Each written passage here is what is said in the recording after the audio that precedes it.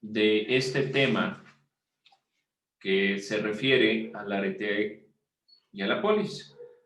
Vamos a intentar resumir las perspectivas más importantes hasta que puedan seguir guiando, revisando si les ha llegado o no lo que les manifesté.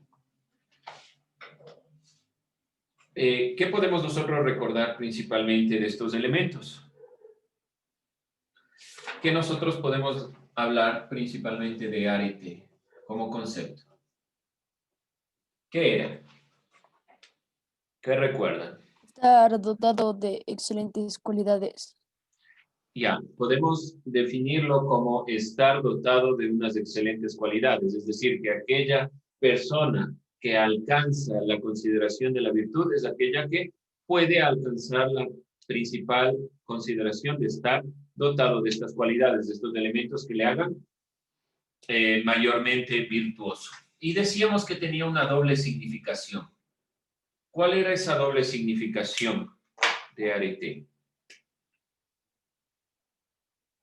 Una ya la enunciamos, que es virtud, y la otra, además de la virtud, No. el honor.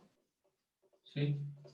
Ahora, dentro de estas consideraciones, ¿qué entendíamos por virtud?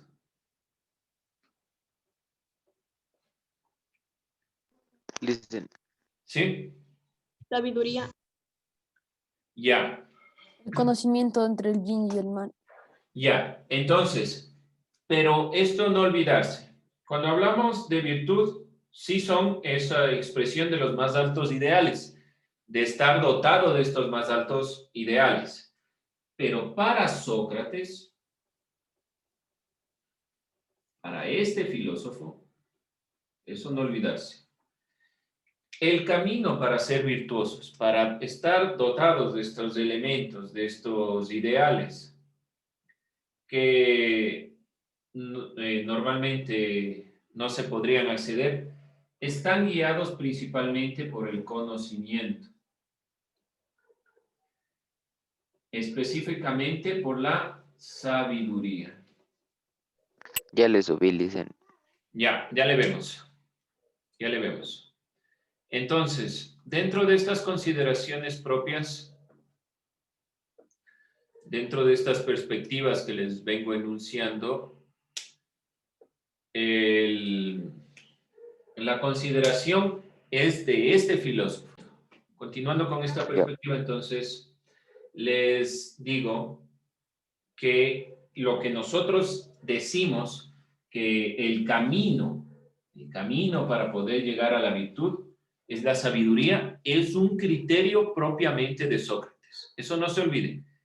La virtud es considerada la expresión de los más altos ideales. Tener estos elementos que me permitan llegar a ser lo que yo debo ser. ¿Cuál es el camino, según Sócrates? ¿O cuál es la consideración propia del ser humano? El conocimiento, la sabiduría. Entonces, ¿cómo puede llegar un ser humano a ser virtuoso? Solo por medio del conocimiento. Esto únicamente desde el criterio socrático. ¿Y por qué introdujimos a Sócrates en esta consideración? Porque Sócrates es fundamental para comprender el comienzo de esta consideración de lo que es arete. No se olviden de esta consideración, que estamos hablando de Sócrates en este tema. Ya iremos puntualizando qué entienden por virtud los diferentes filósofos. Por ahora nos hemos centrado en Sócrates. Y como arete es estar dotado de estas excelentes cualidades del alma, estas cualidades que me permiten a mí expresar los más altos ideales del ser humano, entonces, ¿cuál es este elemento? Será para Sócrates la sabiduría.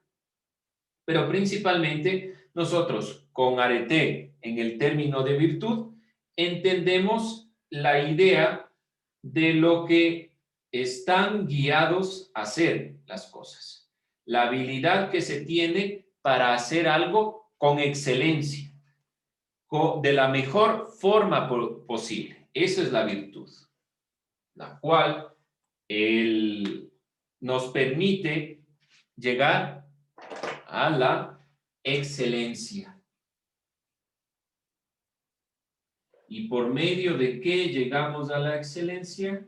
Nuevamente, según Sócrates, llegamos a esta consideración de la excelencia por medio de la sabiduría, el conocimiento.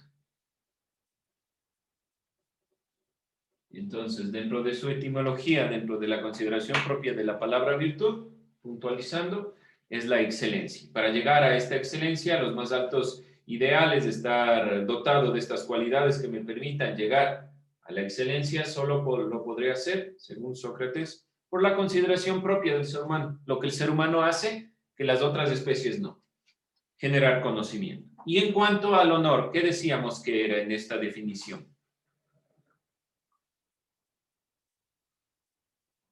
¿Qué podemos nosotros decir en cuanto al honor? ¿Cómo se definía? Ser reconocido por las personas. Reconocimiento social. Ya, el reconocimiento social, ser reconocido por las personas. Es decir, que cuando hablamos del honor, hablamos del reconocimiento. ¿Y por qué es importante el reconocimiento? Ya ligándolo con la virtud. Porque el momento que yo llego a la excelencia, yo llego a generar este proceso para obtener algo más grande desde las cualidades propias del alma, entonces obtengo reconocimiento social. Obtengo de la sociedad un reconocimiento. Esto podría ser también dentro de la consideración propiamente griega. ¿Por qué digo esto? Porque tal vez en la actualidad yo soy virtuoso, es decir, me guío por las normas de una forma consciente, porque creo que es lo correcto, sin que me interese el reconocimiento social, sin que me interese que me reconozcan. Pero ¿qué pasa en la época griega si nosotros vemos todo lo que hemos estado analizando en ciudadanía y en filosofía? Hay una idea conjunta, una idea relacionada entre lo que es la sociedad y el individuo.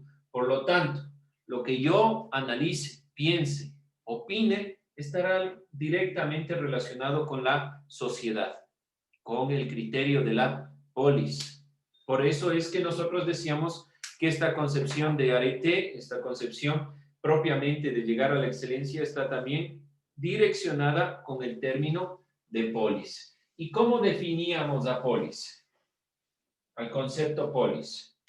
¿Qué era la polis? ¿Qué era la polis? Ciudades, estado. Ya, eran las ciudades, una ciudad de carácter y de una conformación como un estado. Ya, esa era la definición. ¿Qué más podemos nosotros decir? ¿Qué más tiene la polis?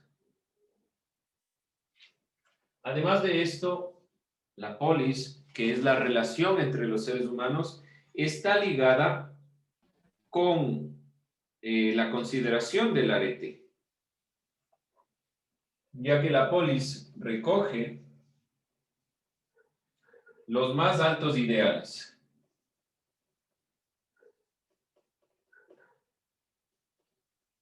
Por ejemplo, la conformación de la sociedad en cuanto a la democracia, que las personas puedan opinar. Entonces, estos más altos ideales en cuanto principalmente a los principios del ser humano. ¿Dónde habla, por ejemplo, Sócrates? Hablando directamente de Sócrates. ¿Dónde ustedes vieron que Sócrates hablaba? ¿Dónde estaba opinando? ¿Dónde opina Sócrates? ¿Dónde da sus puntos de vista?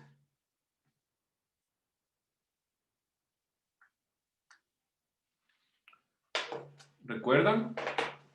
¿Dónde Sócrates opina? ¿Dónde Sócrates dialoga? ¿No recordamos esa perspectiva, tal vez? ¿Dónde estarán hablando los filósofos? ¿Creen ustedes que es un lugar privilegiado? ¿Es un lugar... A ver, Mayuri. En la calle. En la calle. Los filósofos hablan en la calle, es decir, en la polis, en la conformación propia de la ciudad. No es que van a un espacio privilegiado, tal vez a un aula de clase, al teatro, a qué sé yo, sino que los filósofos están hablando aquí, en la polis. Y como se recogen aquí los ideales más altos, la ciudad no es como la comprendemos ahora. No es que cada uno desde su casa da ideas o en la universidad o en el colegio yo planteo un sitio específico, sino que en el diario vivir, en el diario convivir de los griegos en la ciudad se iba conformando esta idea. No se olviden que la polis, desde la significación misma, es solo ciudad. ¿Por qué le damos este énfasis en cuanto al Estado? Porque se conforman como estados, es decir, con identidad propia, con criterio propio. No se olviden de Sócrates que planteaba su perspectiva en las calles, en el diario vivir, en el diario comunicarse. Por lo tanto, la consideración de polis estará relacionada también con el criterio de la virtud, de arete.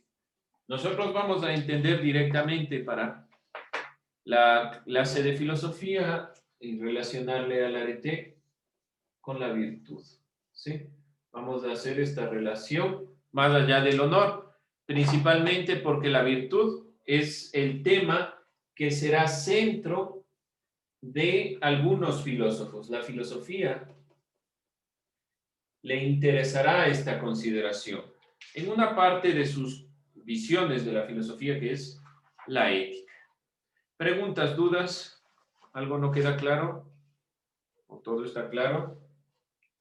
No se olviden, entonces, dos conceptos importantes que se relacionan con la política, con la ciudad, con el tema propiamente de la relación entre los individuos.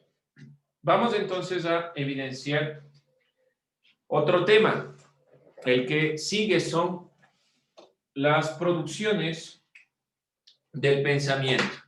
Vamos a ver algo de las producciones del pensamiento.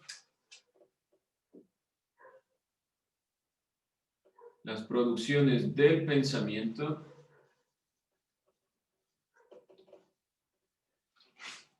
En el contexto, obviamente, siempre estamos hablando en la filosofía. En el contexto de la filosofía. ¿Cuáles son estas dos producciones del pensamiento que vamos a analizar primordialmente? Serán el arte y la música, pero sobre todo, en general, el arte. ¿Qué entendemos por arte? No se olviden, este es nuestro nuevo tema. Denme un segundo antes de continuar. Este es nuestro nuevo tema y el objetivo será analizar y comprender las diversas producciones del pensamiento, música y arte desde la filosofía. Bien, a ver, ¿qué entendíamos por arte? Es una manera de ser humano que expresa los sentimientos, pensamientos, sus ideales. Ya es una forma de, ¿no le escuché esa parte? Expresión o De manifestación. expresión. Ya, es una forma de expresión a partir de los sentimientos. ¿Ya? ¿Qué más podemos entender por arte? ¿Qué más se les viene a la mente cuando hablamos de arte? Cultura. Teoría. Bueno, cultura, sí. Puede ser el sentido de la cultura. ¿Qué más? ¿Y si la relacionamos con la filosofía? ¿Qué será el arte con la filosofía? Si hacemos esta relación. ¿Por qué les importa a los filósofos estudiar el arte? Vamos pensando, vamos analizando. Antes de eso, la parte de la filosofía que estudia el arte se llama estética. Así que procuren, si van a realizar algún tema que esté relacionado con esta palabra, Es decir, si se van a hacer las uñas del pelo, qué sé yo, traten de no utilizar la palabra estética. Es una mala interpretación de la palabra estética, que es el estudio filosófico del arte, ¿sí? Si van a la estética, entonces traten de hablar de filosofía. ¿Qué más entendemos por arte? ¿Qué más se les viene a la mente? En el arte se expresan muchas emociones que uno tiene y que no las puede sacar. Ya, si el arte expresa emociones, y he escuchado bastante esta idea de las emociones, ¿cómo se relaciona con la filosofía? Sí, acuérdense, la filosofía trata lo más posible en ser objetiva. Y el arte de lo que ustedes manifiestan es subjetivo, porque parte de las emociones. Entonces, ¿cómo se va a relacionar la filosofía con el arte? Trataban de manifestar cómo comprendían en la vida diaria mediante sus obras. Bueno, una de las consideraciones importantes para los griegos sigue siendo la polis, la vida diaria, el diario vivir, el diario entender el mundo. No se olviden que sigue estando esta consideración de la antigüedad relacionada con un conjunto orgánico del mundo, una relación orgánica del mundo. Y la sociedad griega de la antigüedad, al igual que la romana, además del destacado ejercicio de la filosofía, también tuvo un ejercicio amplio en el arte. Por lo tanto, era una importancia de la filosofía estudiar ese ámbito, que es propiamente de la época griega. Está creado para los griegos el arte desde la visión al relacionarlo, al interrelacionarlo con el criterio de la sociedad, como ustedes lo manifestaron. Se plantea la relación entre el arte y la sociedad, cómo se ve el mundo, cómo se analiza la realidad. Pero sobre todo, la estética, en general, el estudio del arte, este estudio de carácter filosófico, habla sobre la belleza. ¿Qué es lo bello? ¿Qué entendemos por belleza? ¿Qué entendemos por consideraciones más altas? Es decir, la filosofía puede entender elementos particulares, un cuadro como tal, pero a la filosofía no le interesa eso, sino llegar a consideraciones superiores. Esto tiene que quedarnos claro.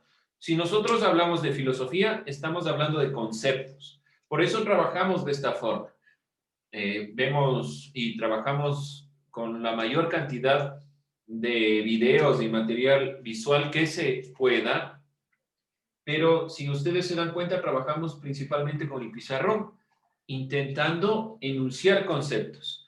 En estas materias son netamente conceptuales, entonces es importante ir aclarando la perspectiva. Y sobre todo, y puntualmente la filosofía, habla con conceptos.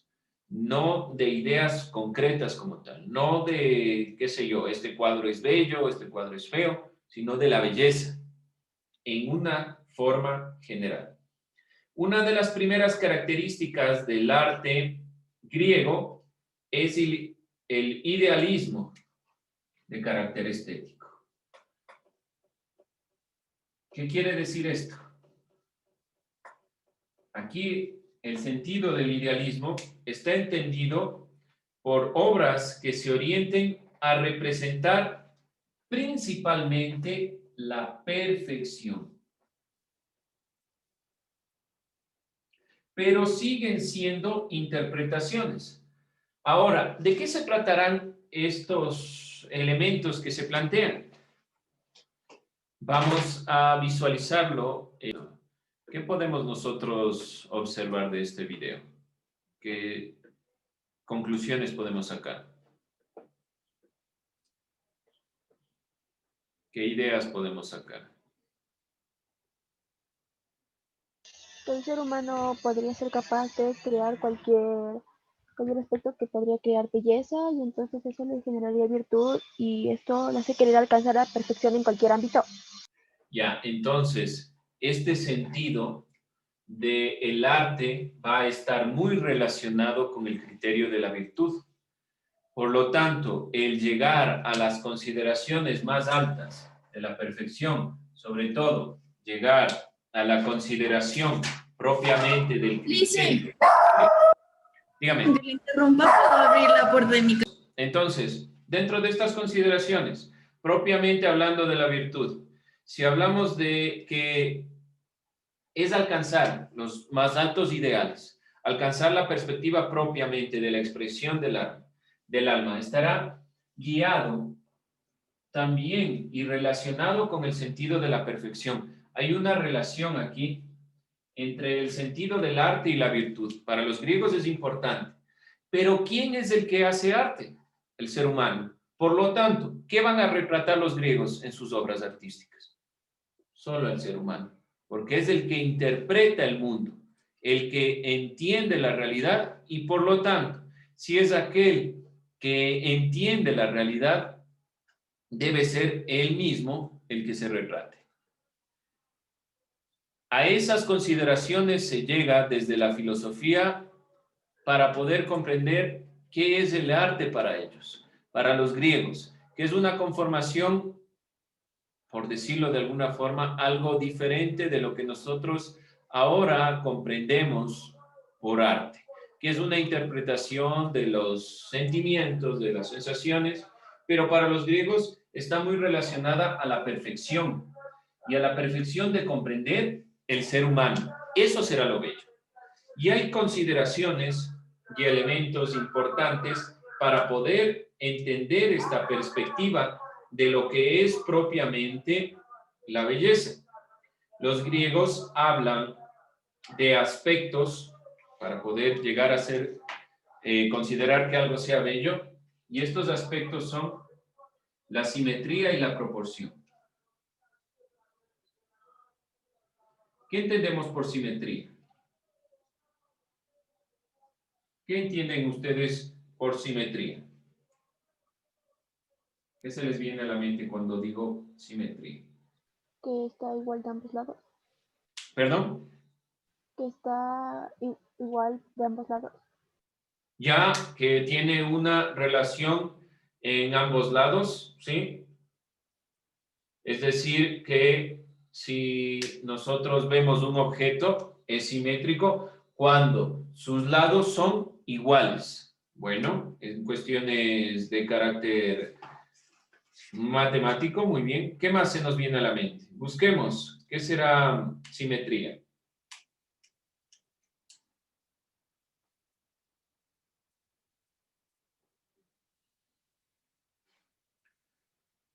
Mientras busquen por favor la definición de simetría. Mientras buscan eso, no se olviden que para los griegos lo más importante no es decorar los espacios, como ustedes vieron en el video. No era importante tener ostentación de que haya esculturas porque llenan el espacio o consideraciones de esas, sino porque son bellas por sí mismas.